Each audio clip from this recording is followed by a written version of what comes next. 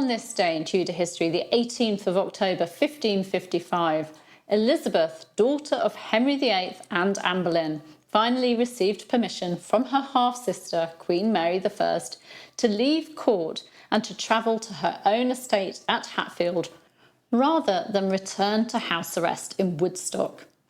Elizabeth, the future Queen Elizabeth I, had been treated with suspicion by Mary and her council since Wyatt's rebellion in early 1554. Historian David Starkey says the rebellion led to the most dangerous and difficult time of her life, when she feared imminent execution or murder.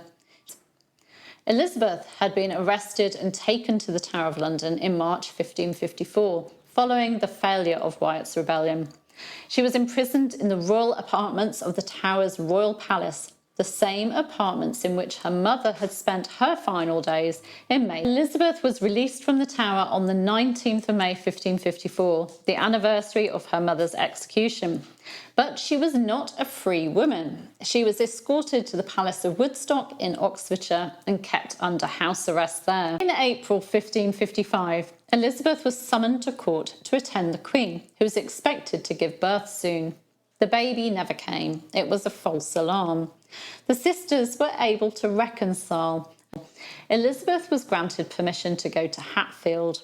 Hatfield was her own estate, and she'd spent a lot of her childhood there. At Hatfield, Elizabeth could be her own woman and surround herself with people she loved and trusted. We can only imagine Elizabeth's relief and happiness.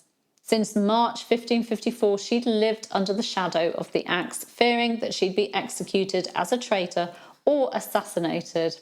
It had been a stressful and frightening time, but it was over.